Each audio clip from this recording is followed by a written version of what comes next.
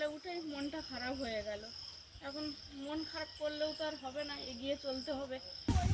সব আম গাছতলায় গেছিলো, এই যে আম গাছতলা থেকে ঘুরে সব আসছে। ওদের আগে আমি যে 100 বার চেক করে রাখি, ওরা জানে না। ওরা ছুটি হলেই আম গাছতলায় যাবে। হ্যাঁ, আমি তো মনে মনে বলছি রে, আবার মনে হয় আমাদের সেই প্রথমবারের মতো একই অবস্থা হয় নাকি। হ্যাঁ, নমস্কার, আপনারা সকলে ভালো আছেন তো?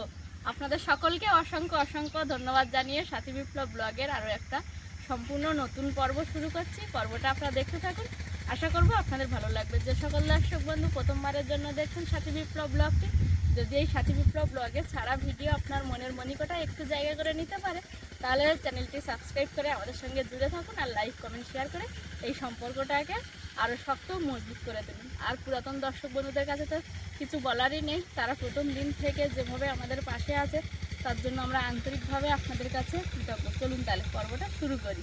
আজকের একেবারেই সকাল থেকে পর্বটা শুরু করছি।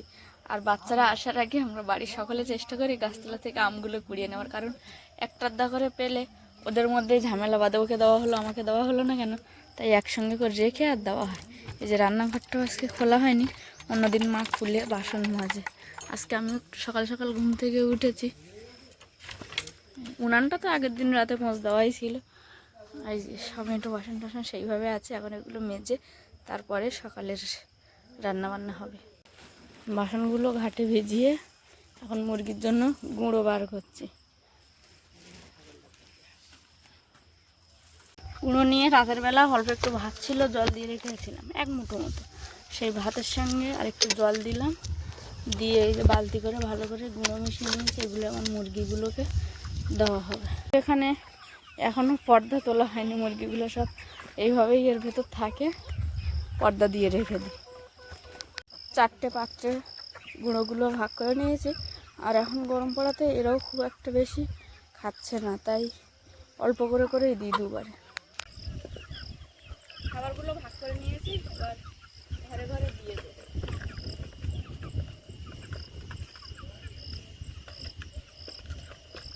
বাবারে একটা মুরগি মরে গেছে।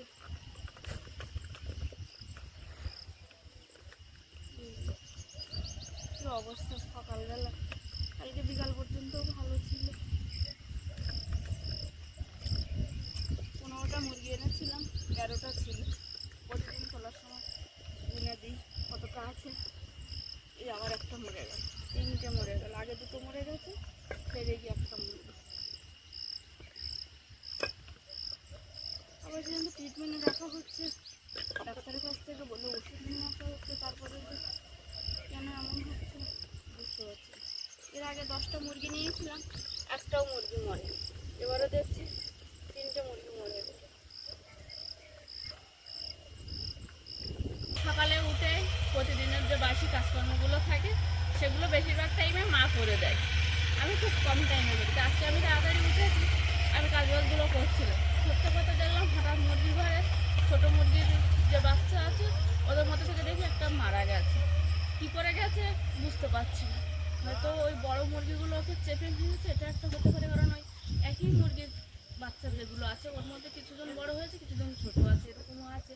তার মধ্যে এ ছিল সব থেকে ছোট, হয়তো চাপা পড়ে মারা গেছে যতটা ধারণা। কারণ ওদের সবসময় ডাক্তারদের কাছ থেকে বললে সিজন অনুযায়ী বা কোনো অসুবিধা দেখলে ওষুধ নিয়ে আসা হয়। সকালে উঠে মনটা খারাপ হয়ে গেল। এখন মন খারাপ করলেও তো আর হবে না, এগিয়ে চলতে হবে। এই যে ঘাটে বাসনগুলো রেখেছিলাম, এগুলো এখন মেজে নেব।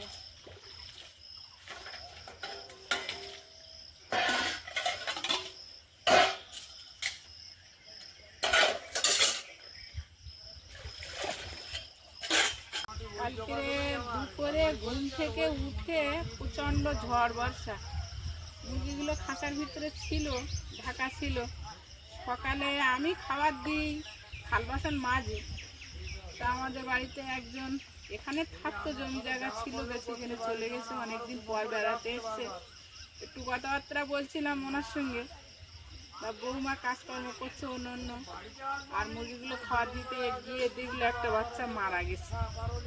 এক্ষুনি খবর দেওয়া দিল, একটা বাচ্চা মারা গেছে। আমি বললাম তো তুমি থাল বাসন মেজে 2টো ভাত বসাও, আমি ছাগলটা বেঁধে আসি, আমার বাচ্চারা তো এসে পড়েছে, পড়াতে বসবো, ছাগলটা একটু বেঁধে আসি। আপনার বিদ্যালয়ের পরে আমি কলকাতা ঢুকলে বিদ্যালয়ের দুপুর বলেই ঠিক আছে। ভাই এখন সকালবেলা এক গ্লাস ছাতু খেয়ে বার হচ্ছে। গত বিকালে ঝড় বৃষ্টির পরে আজকে সকালবেলা দেখলাম তুমি ফার্মের চালে উঠেছিলে। বাঁধন লুজ হয়ে গেছে, কিন্তু টাইট করলাম আর কিছু কাঠ পাওয়া যায়, ভারী ভারী কাঠ কিনতে যাবো। ও কি জন্য? উপরে চাপা বাঁধতে হবে। আচ্ছা, তাহলে সাবধানে এসো।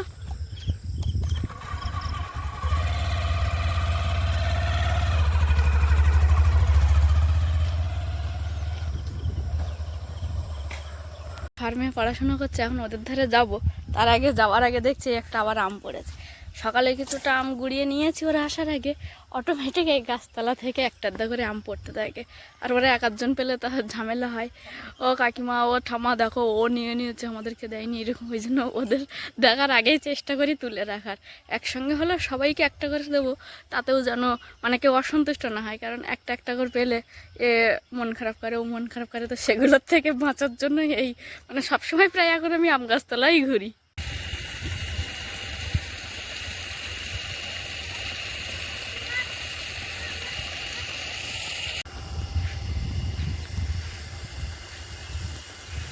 আমাদের যখন খেজুর গাছ ঝোড়া হয়েছিল সেই সময় ভাই একটা ছোট্ট ঘর বানাবে খাবার রাখার জন্য, সেই রকমভাবে সেই পাতাগুলোকে আমরা আর কোনো কাজে লাগাইনি, গুছিয়ে রেখেছিলাম। তারপরে অনেক দিন রাখার পরে যখন ও জানালো যে ও ঘরটা এই মুহূর্তে করতে পারবে না, তখন পাতাগুলো অলরেডি ব্যবহারে অযোগ্য হয়ে গেছিলো। তো কিছু করার নেই, এখন মা সেই খেজুর পাতা দিয়ে তো চাটাই বানাচ্ছে, কিন্তু আমাদের বাড়িতে খুব একটা ভালো নেই আর খেজুর পাতা।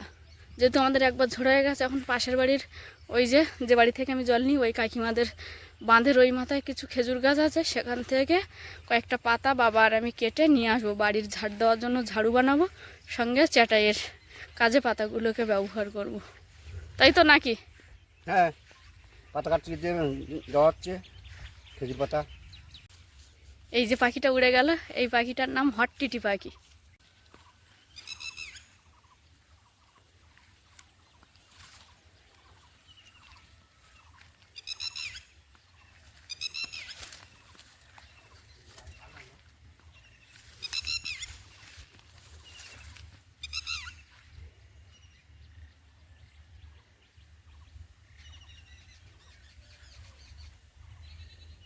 আমাদের সেই জমির মাথায় বাঁধের মাথায় একেবারে সারি দিয়ে খেজুর গাছ, সেখানে আমরা চলে এসেছি। খেজুরের যে পাতা কাটার জন্য কেটে, আর এই যে বাবা দড়ি এনেছে, একেবারে বয়ে নিয়ে যাব। তবে বাবা সাবধানে কাটবে। মা বলছিল কুরুল দিয়ে কাটলে নাকি ভালো হয়। ও বা মা তো আর কাটে না, কাটতে আমার তাও বা ঠিক, তাও বা ঠিক।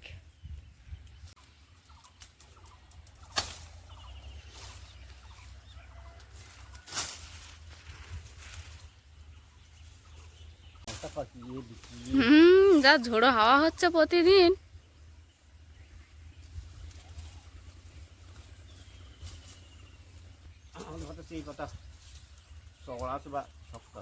তাই না? এতে ওই ঝাঁটা বা চাটাই ভালো হবে। বাবা ওখানে দাঁড়িয়ে গাছ থেকে খেজুর পাতাগুলো কেটে কেটে নিচেই দিচ্ছে। আর এই পাতাগুলো আমি এক জায়গায় লাইন করে রাখবো, তারপর বাবা দড়ি দিয়ে বাঁধবে, তখন টেনে বাড়ি নিয়ে যাবো।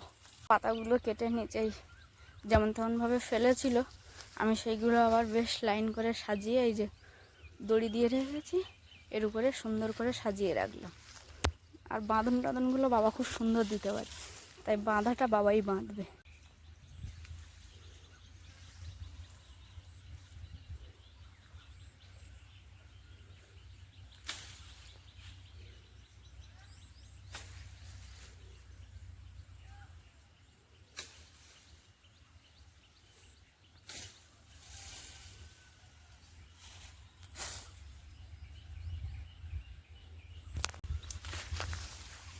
দেখতে দেখতে অনেকগুলোই পাতা কাটা হয়েছে, বাবা ওই কেটে কেটে নিচেই ফেলছে, আর আমি এক সমান করে বয়ে এনে এই যে দড়ির উপরে রেখে দিচ্ছি।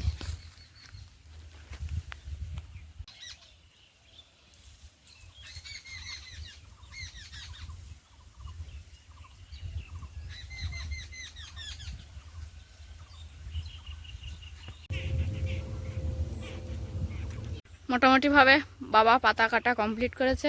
এবার আমরা এগুলোকে গুছিয়ে নিয়ে আস্তে আস্তে বাড়ির দিকে যাব।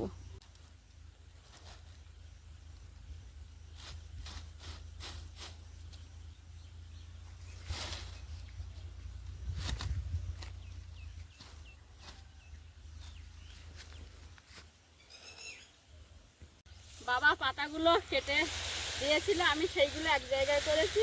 বাবা বেঁধে দিয়েছে, এখন আমি টেনে টেনে বাড়ি পর্যন্ত নিয়ে যাচ্ছি। বাবা চাইছিল বাবা নিয়ে যাক, কিন্তু আমি বললাম না তুমি পারবে না, আমার কাছে দাও, আমি নিয়ে যাই।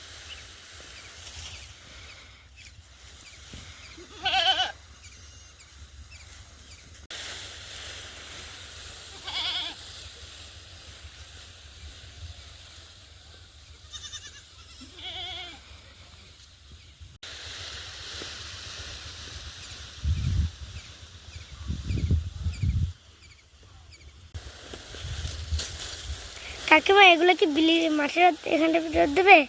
হ্যাঁ, এইখানটায় মেলে দেবো। উপরে দিলে মনে থাকে না মাঝে মাঝে, এখানে দিলে তো ঠাম্মা ঠাকুরদা আছে, মাঝে মাঝে তুলে দেবে। আমি এগুলো টেনে আনছি দেখে আমাদের বাচ্চারা সব পড়তে এসছে, সেখান থেকে মাকে বলে ছুটছে আমার এটা ধরে ওরা টেনে নিয়ে আসবে। আমি বললাম তোরা পারবি না, প্রচণ্ড ভার, তাই আবার সব গিয়ে বসছে। সব আম গাছতলায় গেছিল, এই যে আম গাছতলা থেকে ঘুরে সব আসছে। ওদের আগে আমি যে 100 বার চেক করে রাখি, ওরা জানে না। ওরা ছুটি হলেই আম গাছতলায় যাবে। হ্যাঁ, ওটা কালকেই পড়েছে ঝড়ে।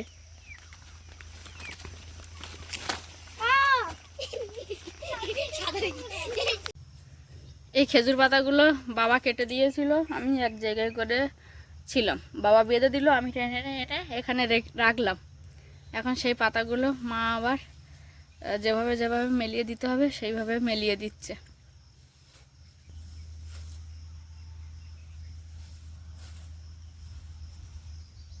পাতাগুলো কেটে এনেছিল ওরা 2 মাপে, ওর বাবা আর বৌমা। তা ভাবলাম আমিও একটু হেল্প করি, ওদের সহযোগিতা করি, কিন্তু বারবার গুঁড়ি মারা ওঠা আমার পক্ষে আর সম্ভব হলো না। এখন বাধ্য হয়ে পড়ে বৌমা গেছে।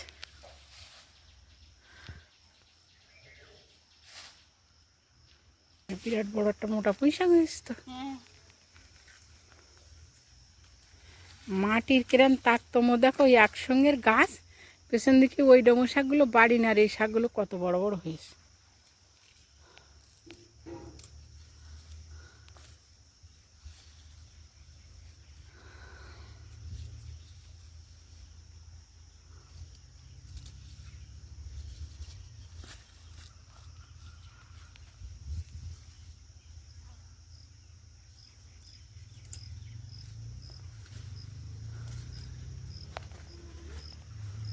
এগুলো মতির কাজ। মতির কাজ নাকি?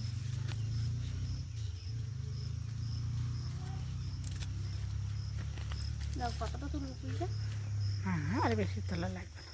আজকে ভাই সকাল সকাল বেরিয়েছে, এখন মাছ শাকের কি অবস্থা হবে জানি না। আমি তো আমার মতো বাগান থেকে সবজি তুললাম মাকে জিজ্ঞাসা করে, আর এই যে মোচাটাও তুলে নিলাম। আর একটা মোচা আছে বড়, সেটা বাবাকে দিয়ে পাড়িয়ে নেব। আমি এই পাতাগুলো যেমন তেমন করে মেলিয়ে দিয়েছিলাম, সেটা আবার বাবার পছন্দ হয়নি, তাই বাবা নিজের মতো করে আবার ভালো করে সাজিয়ে সাজিয়ে পাতাগুলোকে মেলিয়ে দিচ্ছে। এটা আমরা জানি যে আমরা যেমন তেমন একবার করে ফেললেই বাবা সেই কাজটা আবার হাত দেবে। প্রথম বললে বাবা না না বলবে, তারপর যেমন তেমন করে রাখলে ঠিক আবার বাবা গুছিয়ে করে দেবে। 3টে মোচা পেরেছি, আর দেখলাম আমি একটুখানি করে পা উঁচু করলে হাতে পাচ্ছি, তাই বাবা আজ ওই পাতা মেলাচ্ছে দেখে আর বাবাকে বলিনি, আমি নিজেই পেরে নিয়েছি মোচা 3টে। মার চুলটা অনেকদিন কালার করা হয়নি, সাদা হয়ে গেছে, তাই গতকাল বাবা সন্ধ্যাবেলা বাজার থেকে একটা কালার এনে দিয়েছে। কালো কালারই মা করে, অন্য কোনো কালার না। সেটা এখন মা মিক্সড করছে, করে আর মেখে নেবে।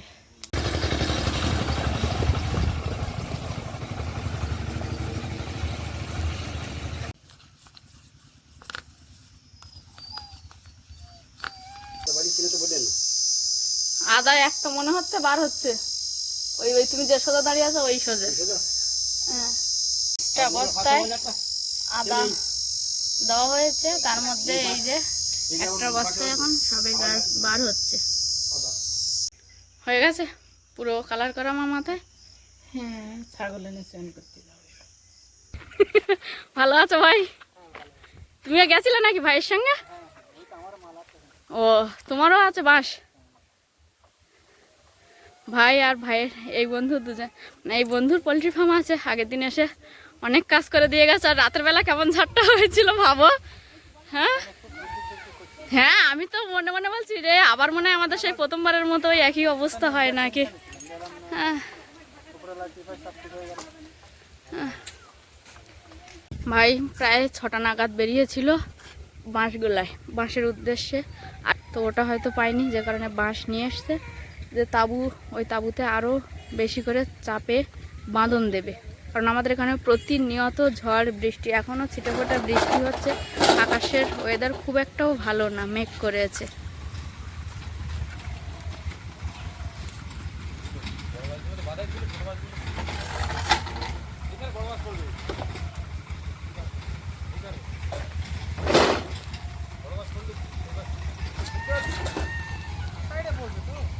এই যে ছোট মাছ, ওগুলো হচ্ছে বিশ্ব ভাইয়ের, মানে ভাইয়ের বন্ধু, ও নিয়ে এসছে ওর বাড়ির জন্য।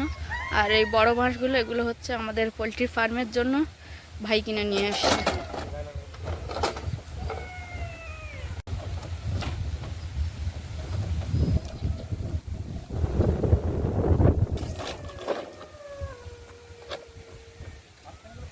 ভাই সকাল থেকে বাড়ি ছিল না, এখন এসে কাজের চম্পটে ম্যাক্সের সঙ্গে দেখা করতে পারিনি। ম্যাক্স এক নাগাড়ে ডেকে চলেছে, যতক্ষণ না ওর কাছে যাবে ততক্ষণ ওর ডাকতেই থাকবে এক নাগাড়ে।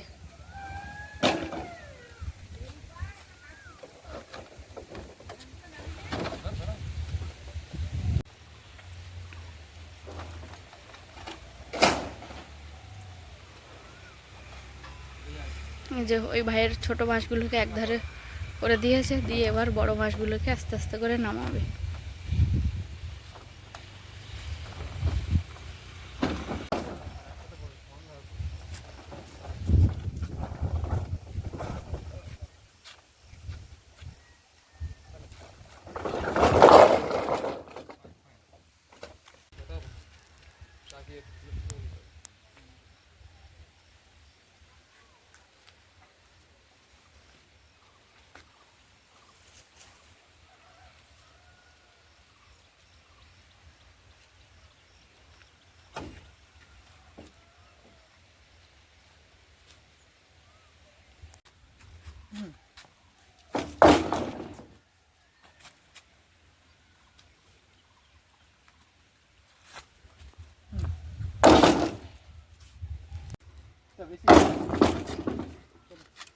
এক এক করে সব বাঁশ নামানো হয়ে গেছে।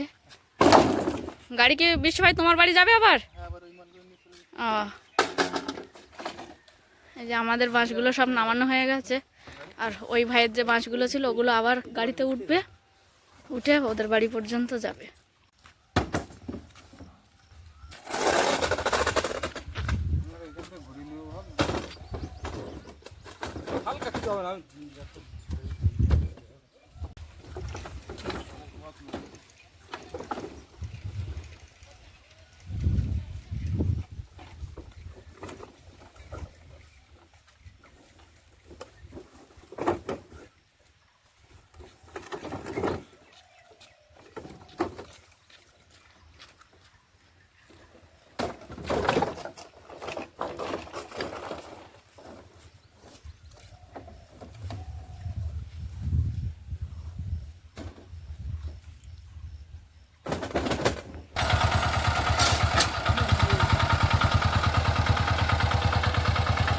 যে ওই ভাইয়ের বাঁশগুলো নিয়ে গাড়ি চলে যাচ্ছে, আমাদের বাঁশগুলো এই নামিয়ে দিয়ে গেছে।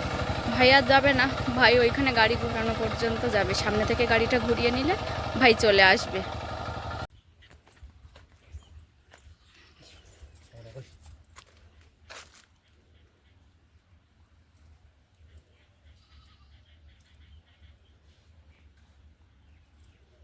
নোংরা করিস নেই।